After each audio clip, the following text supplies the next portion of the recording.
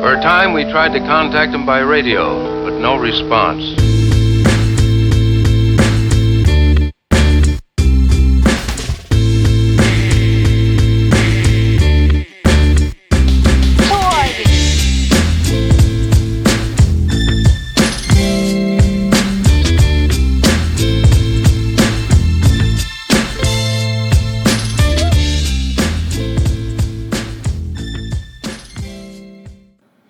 All right, Steve, a story that's been popular the past couple days with WWE is that it's reported that Vince McMahon is now going to make it mandatory that talents start a Twitch account, but along with that, he's going to be taking the royalties. Yeah, this has been in the works over the last month and a half here. First WWE sent out the mandate that wrestlers are going to have to stop with third-party vendors, for lack of a better word, third-party platforms. And they were saying, I believe Twitch and Cameo were the main ones that they were talking about. Yeah, and, there was a story that broke that, Vince McMahon threatens to punish talent engaging with third parties. Andrew Yang, senator, I believe he's a senator, congressman.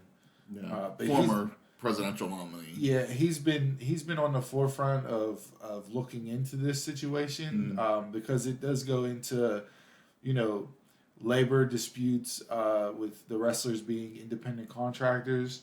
And he tweeted out once it kind of broke that with McMahon supposedly or allegedly threatening to punish wrestlers, that he said this would be infuriating to me if I had spent time building up my social media channels only to have WWE take them over from their independent contractors in quotes. People are angry, and rightfully so. We also saw Mia Yim put out a message. Gaming has been my escape from reality and a way to interact with friends and fans throughout this difficult few months. The community that I gained on Twitch also helped me raise funds for a friend's burial expense and a friend's kidney transplant. This is why I game. AJ Styles has a huge Twitch channel. Paige has a good following on her Twitch channel. She changed the name of it to her actual real name, Soraya. So she's not using the Paige moniker. I don't know if she's still under contract with WWE at this time or whatnot. But I heard she may have just re-signed a deal too. She's had some tweets going back and forth with fans on this issue and that. And if WWE is going to take this and count the royalties from Twitch or YouTube or wherever social platforms the wrestlers are on and put that revenue towards their downside guarantee, to me, this is just a money grab from Vince because he can't control it. Yeah. This is a complete ego thing where him wanting to control it and the old company line BS of, well, you're hurting the product because you're not being true to character and everything else. Like, it's 2020, man. Like, people see these superstars on social media for how many years, and they see how they are, how they interact with their families, passions and projects that they work on outside of the ring. Like, you can't limit somebody to one stream of income. Yeah. It's not how, you can't do that. They're allowed to earn money in other forms, and if they're doing it as themselves, fine. If they're doing it as AJ Styles from the WWE, then okay, I can see you wanting to control that because AJ's a bad example because he had a fan base and a name before he got to the WWE. But if it's, say Seth Rollins, who is known as Seth Rollins, only true wrestling fans know him as Tyler Black from ROH. Yeah. But if he has a Twitch channel that's huge with, a couple million people on it and he's earning X amount of dollars from this or from Cameo or wherever, like, you got to let them, you can't force them into something that would give you majority of the revenue and say, oh, well, I'm only going to give you like your t-shirt sales. You get a 10 to 15% kickback on all t-shirt sales. That's ridiculous to think that a platform that I spend my time on that's not on company time, it's my time, so I'm allowed to do what I want with my time. Now you're telling me that you control my time outside of being on the clock for your company? Like, come on. There's no, like, in what other business world would this even be a discussion in? Yeah. Unfortunately, this isn't the first time we've seen Vince do this. Let's go back. We'll take Zack Ryder as an example. Zack Ryder, on his own YouTube channel, created the Z True Long Island story. It was basically a way for him to try to get over. He got over with the fans on that. It was getting millions of views. What did Vince do? He basically told Zack Ryder that he had to put the show on his YouTube, on the WWE YouTube channel, which basically ended the show. I think after like 100 episodes, because they wanted to control what he was saying on the show. When Twitter started, it was mandatory that everybody got a Twitter account in WWE. You didn't have to tweet. You just had to have one set up. So your handle was at whatever at WWE. Yeah. But then they also tell them what they can and can't tweet. Right. So they do tweet a lot of personal stuff on there, so they're allowed to do that. But whenever it comes to company stuff, WWE basically tells them what to tweet. And then I'm trying to think of the one that they did a few years ago, where Vince actually invested in the company, and I don't remember what it was, and because it's gone now, no one uses that. But that was another one that they were using it, like they were showing the videos on Raw and SmackDown and everything, and so it was like mandatory that they had to use that app. And this is stuff that he does, but again, Vince doesn't say that he has a contract with the wrestlers. He says they're independent contractors. Right. And the whole thing with that is that he cannot tell them what they can and can't do on their personal time. So I think and I'm glad Andrew Yang steps up on this. I'm going to be interested to see where this goes over the following months, because when AEW started, one of the things that they did with their contracts, they consider them independent contractors as well, but they at least give them health insurance.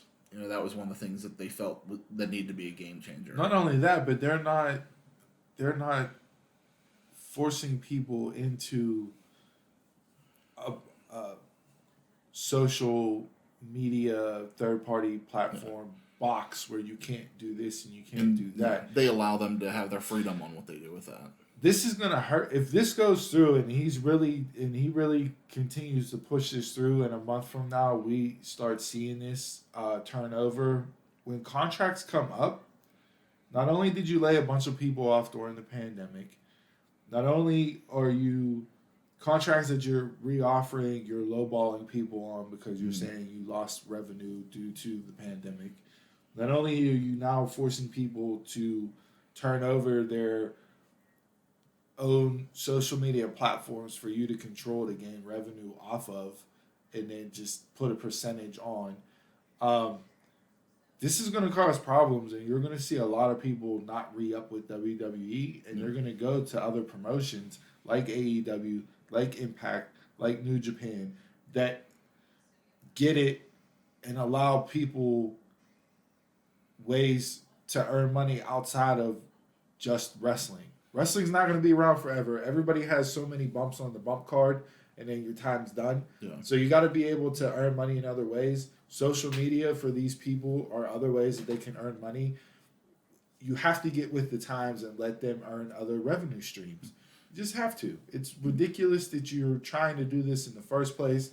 It's going to hurt your company in the long run. People are already not happy being there, and this is giving them another reason not to re-sign with you when their contract's up. So, with this is coming down to money.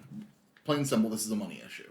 So this money issue is not in their current contracts. So they're probably going to have to sign a new contract or sign a new addendum to their contract that allows Vince to take this money and pay them for it. So I think, it's easier said than done. But I think this is like one of those times where the talent really needs to step up and band together and be like, listen, we're not going to allow you to do this. You know, like, you can't do this to us, and we're not going to accept that you take and give us, you know, a tenth of, you know, what we can really make on here. And I think if they band together, you know, maybe they could actually get a decent contract out of this. And what I mean by decent contract is no longer be an independent contractor and actually be a contracted WWE employee. You know, which would entitle them to benefits like health insurance and stuff like that.